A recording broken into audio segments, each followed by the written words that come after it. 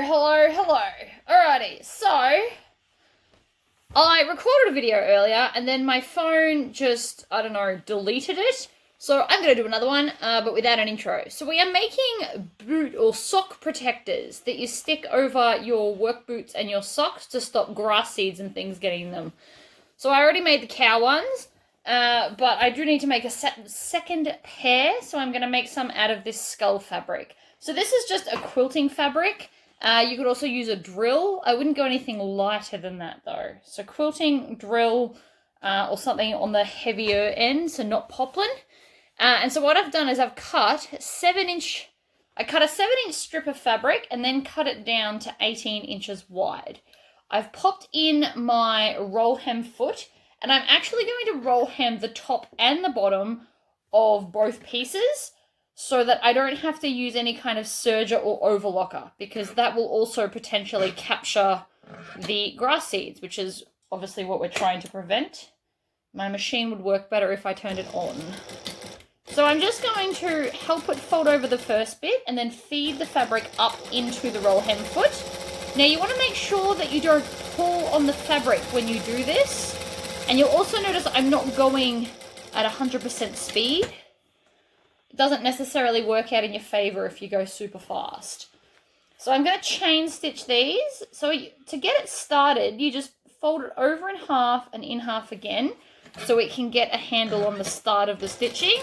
And then from there, it will just kind of roll up into the foot for you.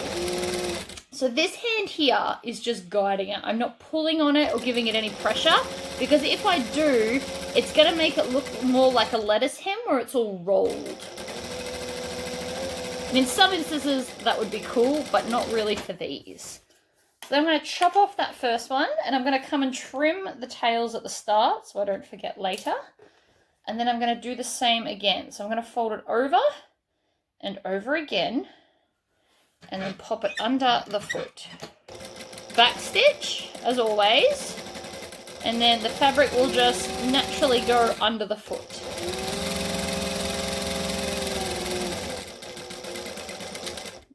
And then we're going to do the second piece as well. So you can serge it if you wanted to, and you don't have to roll hem the top edge, but I am going to find it easier when I'm trying to thread elastic through if I'm not fighting with the insides. And I also think that these are going to wash better. But if you really don't have time to do the top roll hem, just skip it. I know it is super close to Christmas, so if this is a stocking stuffer for you, I totally get why you don't have time. So now I'm just going to switch over my foot to a normal foot.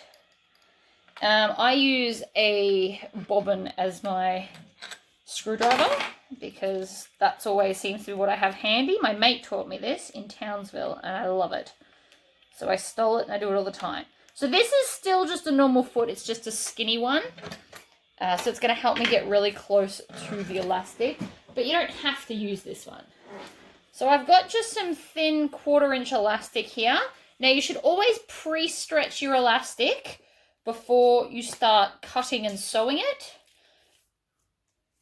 I have mentioned this several times. What happens if you don't pre-stretch it? What happens is after a few uses, it will naturally stretch out that little bit and then not be as tight, and so therefore not be as effective. So I've just cut a 20-inch strip and then I'm cutting it in half. So I've got two 10-inch pieces of elastic that have been pre-stretched. So now I'm going to show you two different ways to put your elastic in. So the first one is I'm going to line this up and just fold it over. And I'm going to start by stitching that end down. So I'm just going to go forward and back a few times just to get it really in there. And then I'm going to come pretty much on the same line that I've already stitched for the roll hem. And I'm just going to stitch this down. So I'm just encasing the elastic. And then when I get to here, I'm going to stop with my needle and I'm going to pull on the elastic so that I can continue without losing the end. So you just want to fold it over. You can use either hand. It doesn't really matter which way you do it. So we're just folding it over and stitching it. Oops. And you can smooth it out so it's not as pulling. So just stretch that out. And I'm going to hold the end down and just stitch that last little bit. And then when I get to the end, I want to stitch the elastic down so we don't lose it. So we're going to go forward and back like so. So that's one way. And now the elastic is in and I've sewn the channel for it all at the same time.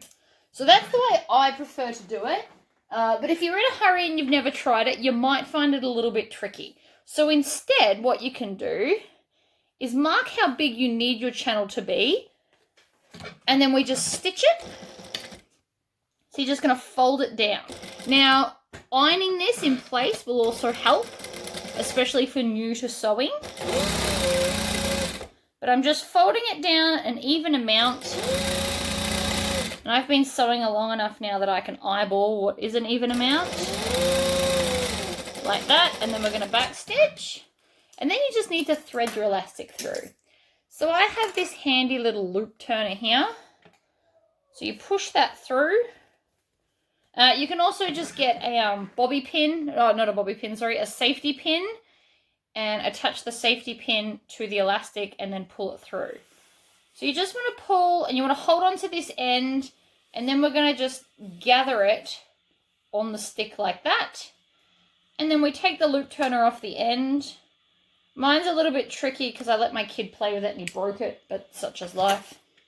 I don't mind, it's still usable. And then we're just going to back stitch both the ends. So there's one.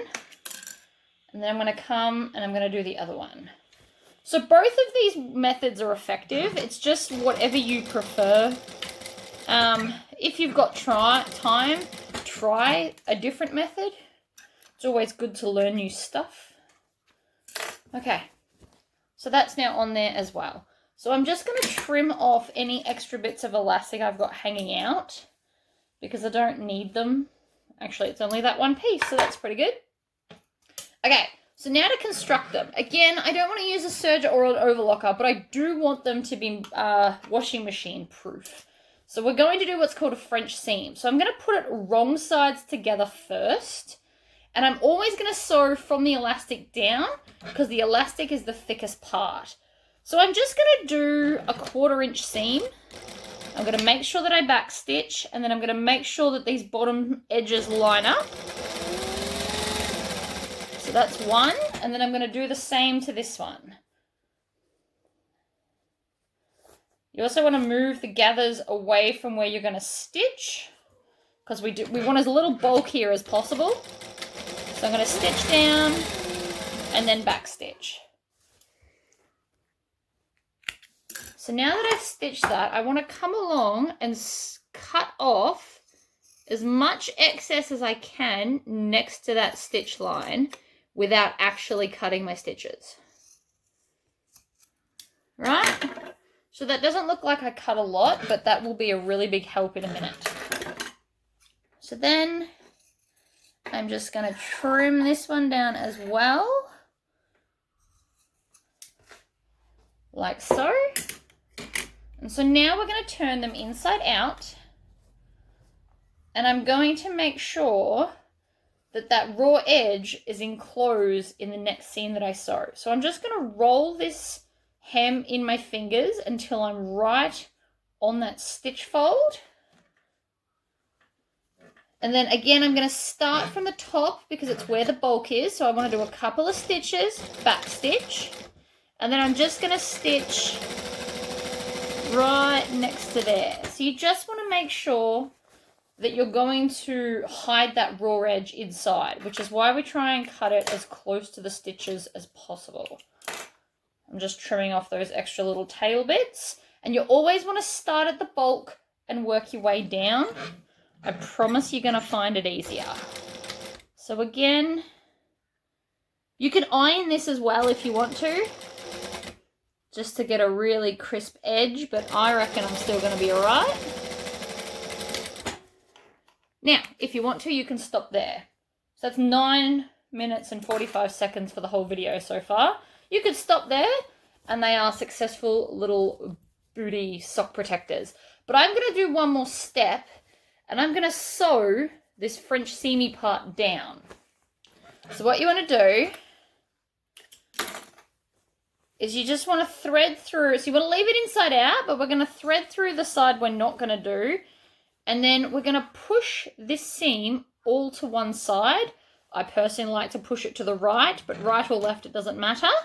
And then we're going to just sew a few along the top. And then I'm just going to make sure that it's down and sew it down next to that seam. And that means it's not going to stick out now.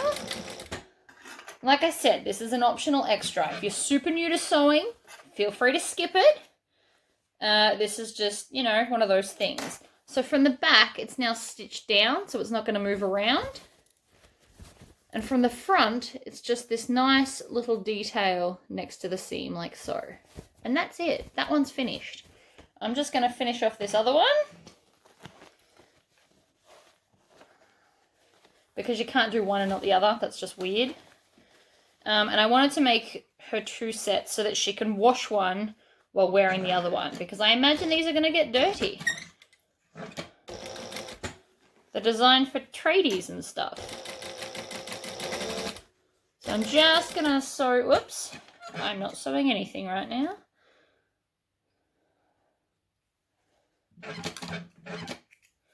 I think this needle's nearly spent, to be honest, because this is good thread. I'm using Resant thread today. It is my favorite, like, clothing thread. For handbags, I love Vardman's, and then for clothing, I love Resant. Alright. So now, because I had that little start, I'm just going to come back and trim that tail and do the one at the start as well. Because it's a dark colour, you can't even see my start and stop points anyway. Make sure there's no more loose threads, and they're done. So there you go. I hope that was helpful, and hopefully you'll have another awesome stocking stuffer. Alright guys, this is probably my last video for this week, because it is Christmas week, and I do have things to do. But hopefully I will be back either between Christmas and New Year's or after New Year's. We'll see. Anyway guys, take care. Bye bye.